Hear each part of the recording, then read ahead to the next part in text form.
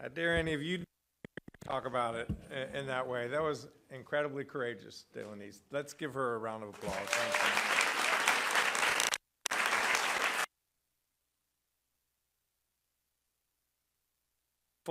That 8 was there, and we have a responsibility collectively to make sure that all of the people know that this service exists, that if you are experiencing a mental health crisis or a loved one is, 9. This morning, I'm joined by Kelly Crosby, the Department of Health Director of the Division of Mental Health, Developmental Disabilities, and Substance Use Services, Secretary of Public Safety, Jeff Smythe, Secretary of Adult Correction, Leslie Dismukes, Director of State Human Resources, Stacy Meyer, and many law enforcement, healthcare, and mental health professionals. I will be signing an executive order to strengthen our North Carolinians. Recently, there have been several tragic instances in serious mental health crisis had a terrible, horrific consequence, whether it was in Charlotte, a train, or a restaurant, or here in Raleigh and someone's own home. Our hearts break for the families and friends who lost a loved one. Of course, the vast majority of people with mental health challenges don't pose any risk. They don't pose risk to others. They may not even pose risks to themselves, although sometimes they do. However, a small minority of people who are experiencing paranoid delusions can pose a risk to public safety when their serious mental illness goes untreated. Everyone deserves access to care, and these moments have shown us that our system needs to work better. Better for the people who are suffering, better for those who are around them, and better for the entire community.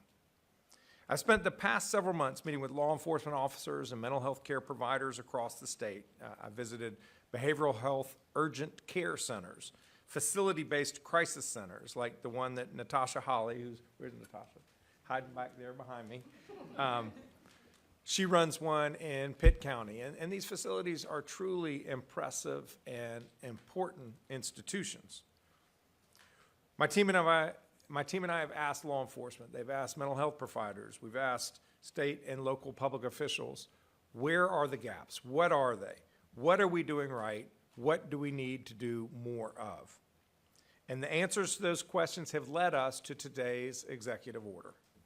I'm directing the Department of Health and Human Services, Department of Public Safety, the Department of Adult Correction, and the Office of State Human Resources to take unified action to strengthen our behavioral health and criminal justice systems for both young people and adults alike. We will support people in crisis at different stages, and this is not for all of mental health. The mental health solution is very, very broad. We're focused on the nexus, the connection where mental health can link to public safety. First, when a person experiences a behavioral health crisis before any crimes have been committed. First, interacting with law enforcement or mental health care providers. Second, during incarceration for those people who have committed crimes. And then third, when they reenter communities following incarceration. These actions will help people, support officers and healthcare workers, and keep us all safer.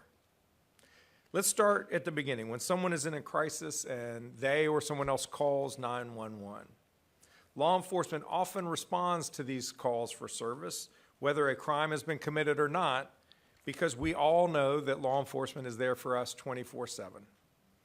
But that can take an officer off the street fighting crime, and there may be other people who are more professionally trained to deal with the person's crisis.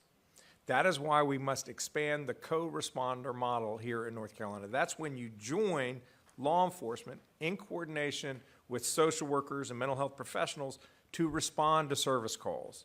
Whether it's embedding a social worker at the 911 dispatch to identify which person should be responding to which call, or strengthening the relationship between 911 calls and 988 calls. 988 calls go to the National Suicide Behavioral Health Crisis Line, and it's intended to divert traffic from 911 calls, which should be focused on criminal justice calls. We need to make sure that the public knows about 988 and that its operators coordinate with 911 operators to route the right type of assistance to the right person, the right call. And that's why Delaney's being here and lifting up 988 is so important. We also need to know that the public knows about these calls. We have to improve our involuntary commitment process in the state. Involuntary commitment is a needed resource for folks who are struggling with mental health issues or substance use who might hurt themselves or others. Involuntary commitment, or IVC as it is known, those petitions are increasing, but we don't have enough beds to treat all of the people who need them. So I'm directing the Department of Health and Human Services to consult broadly and to recommend IVC reforms for the state.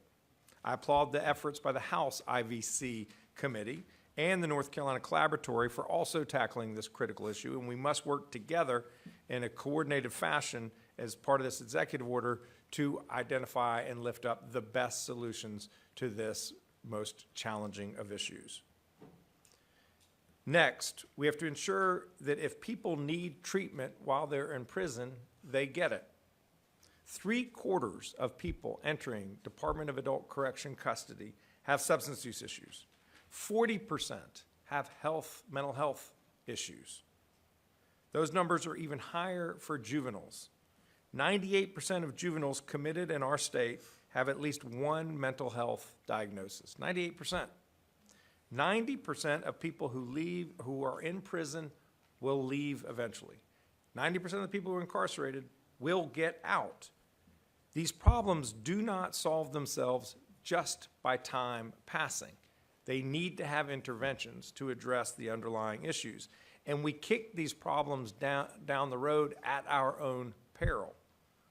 Getting folks on a path to recovery and stability while they are in custody will help them to lead productive and positive lives when they get out, instead of getting caught up in crime again. It keeps us all safer.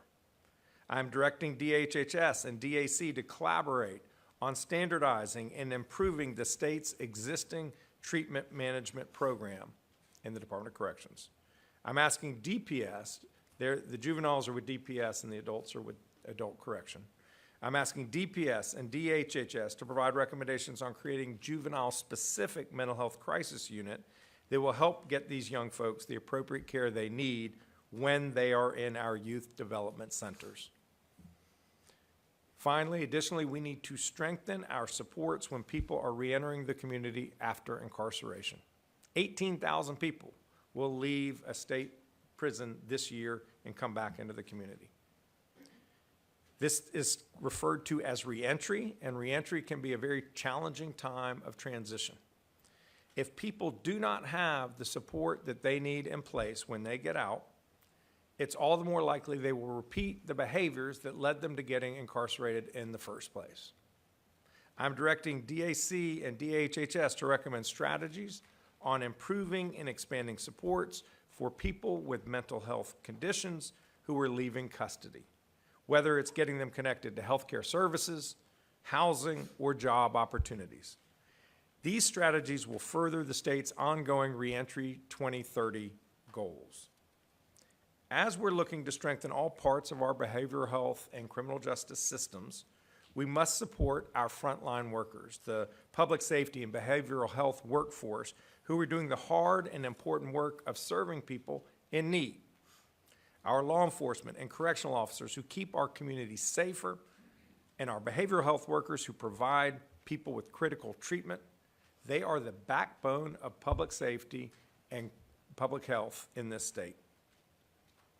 Yet we have too many vacancies in these essential professions, and when we don't meet our staffing needs, it just adds to the burnout of those who are doing this hard and important work. The vacancies we have in these positions, they're not just numbers. They have a real impact on our lives. At the Department of Adult Correction, we have a vacancy rate of nearly 50% for correction officers. 1 out of every 2 positions is unfilled. it shouldn't be a surprise, frankly. Starting correctional officer pay in North Carolina is 49th in the country.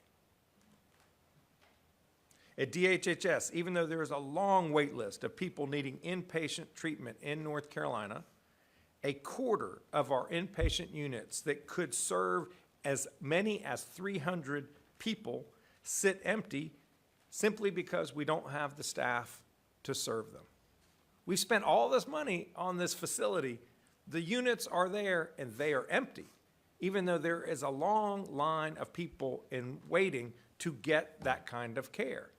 Why? Because we're not paying the nursing assistants enough money to have enough of them to serve those people. It's a travesty. I'm also directing OSHR to help DAC, DHHS, and DPS to identify and expand promising recruitment efforts, implement retention programs, address staffing shortages, and make policy recommendations. Whether it's paying law enforcement, juvenile justice staff, correctional officers, or nursing assistants more, or increasing the state's capacity to handle involuntary commitment petitions, I am counting on the General Assembly to partner with us in this work. I'm grateful to see so many legislators here today.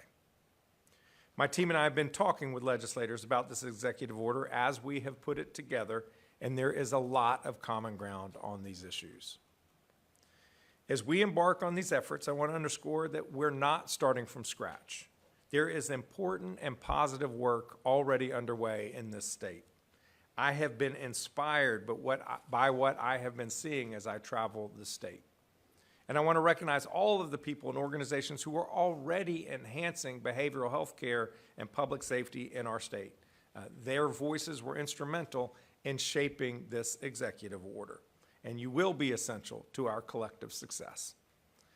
I also want to underscore that there are many policy interventions outside of mental health care, outside of the criminal justice system, that matter. Folks need a way to pay for their health care and their kids' health care. That's why I'm continuing to urge the General Assembly to fully fund Medicaid, the primary payer of behavioral health services in this state. Folks need nutrition to be healthy. That's why we work so hard to save the Sunbucks program for this summer to fight against food insecurity for children during the summertime, which is the hungriest time of the year because they're not in school getting those school meals. I urge the General Assembly to leverage these federal funds next year and going forward. It's why we are laser focused on protecting North Carolina's SNAP program in the face of dramatic federal cuts. Folks need stable housing. That's why we are working to build more special needs housing and more housing of all types by lowering rents. And people need good jobs. That's why I'm so committed to excellent public schools and real job opportunities in every corner of North Carolina. People need to have the skills and knowledge to succeed in an ever-changing economy and get good jobs with good wages. This executive order is not intended to remedy all of our challenges, but we have a real problem staring us on the face, and the people of North Carolina deserve us to make progress. Everyone wants to live in a safe place. Families are looking for answers when their loved ones are in crisis. People who make a mistake in the past are trying to get their lives back on track. For all of us, we have a solemn responsibility to enhance access to health care and to strengthen our criminal justice system. That's how we will build a safer and stronger North Carolina. I want to thank you all for being here this morning, and I will now bring forward Kelly Crosby from the Department of Health and Human Services. Kelly.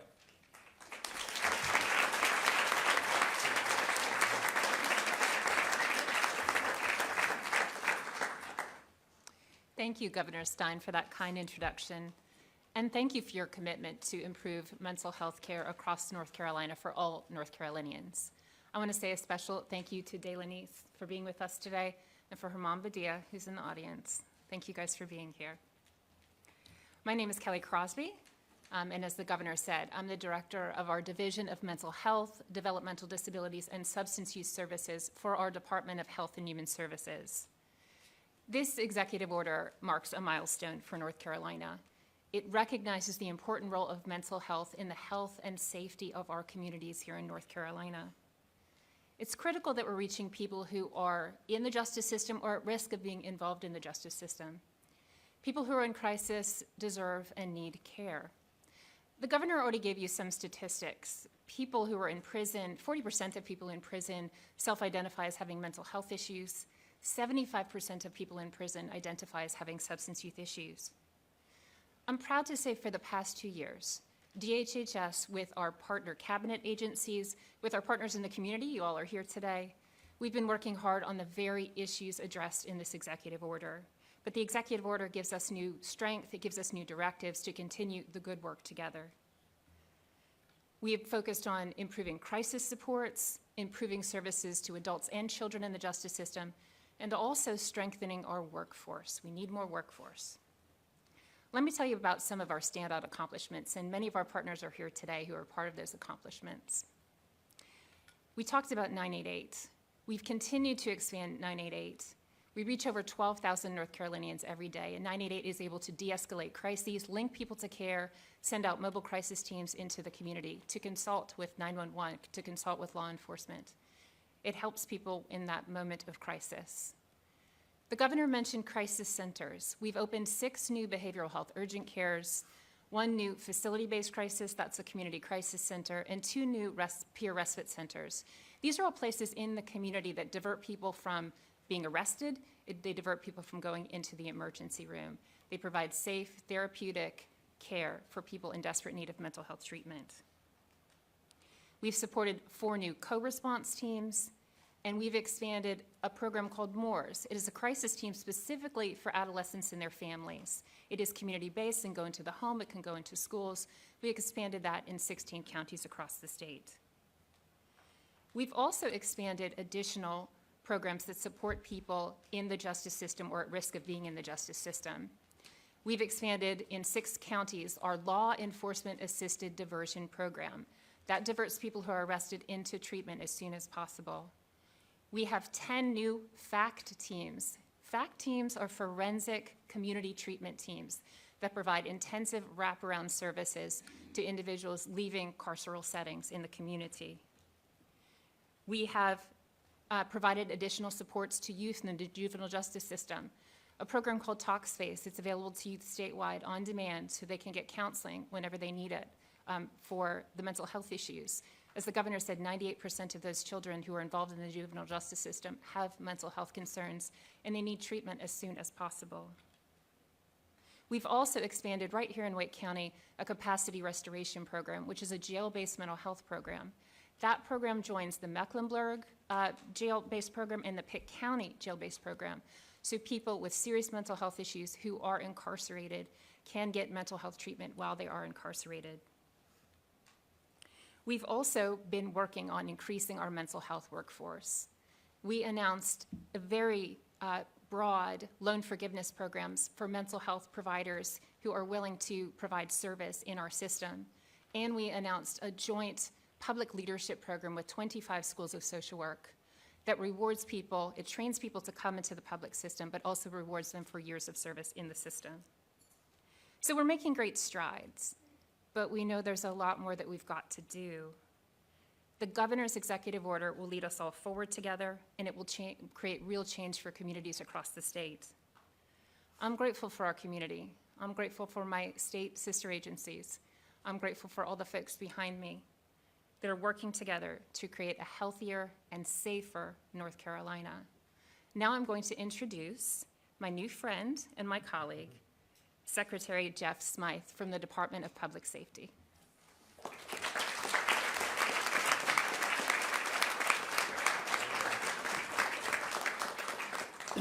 Good morning. Thank you, Governor Stein, and thank you to everyone who's here today. It's a testament to your commitment that you braved the cold to get here, so thank you so much. I want to start by saying how strongly I support this executive order, why it matters so much to the work we do every day in the Department of Public Safety. I spent 35 years as a police officer in 2 states. Regardless of the shape of the badge or the color of the uniform, public safety professionals have been placed on the front line dealing with mental health issues for decades. We know that 40% or more of our calls relate to individuals experiencing mental health issues. Not all are in crisis, and yet they intersect with law enforcement far more often than folks realize. Often not because they're a criminal, but because they are struggling with untreated mental illness, addiction, or trauma. And too often, the only tools available to the officers or the deputies in these moments are handcuffs and a jail cell. It's not fair to the individual in crisis, it's not fair to their families, and it's not fair to our law enforcement officers, correctional officers, or those who live and work in our communities. It takes a real toll on the mental health of the men and women who respond to these crises every day. Public safety and behavioral health are deeply connected. When our behavioral health system is strong, coordinated, and accessible, everyone is safer. When it isn't, law enforcement and correctional systems are left to fill gaps they were never designed to handle. At NCDPS, we're already working in this direction through reentry programs, partnerships with behavioral health partners, crisis intervention training, and other initiatives that emphasize coordination and the continuity of care. This executive order gives us stronger alignment, clear direction, and a shared framework to better coordinate the work already underway across state government. Governor Stein has spent the last several months listening to law enforcement, to mental health professionals, to families, and to people with lived experience. What they've told him is clear. We need better coordination, better access to care, and better outcomes. This executive order moves us closer to that goal. Governor, thank you so much for your leadership and for recognizing that investing in people's health is one of the most effective ways we can invest in public safety. The Department of Public Safety is proud to stand with you as you sign this order and put these commitments into action. Thank you. Governor.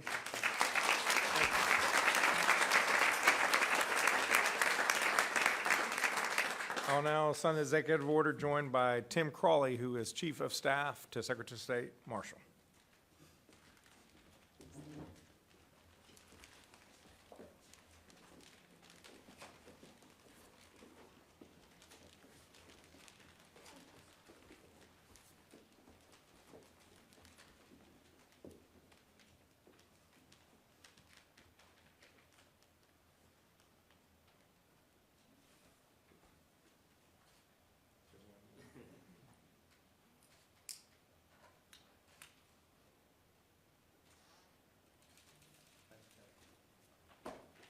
Thank you all.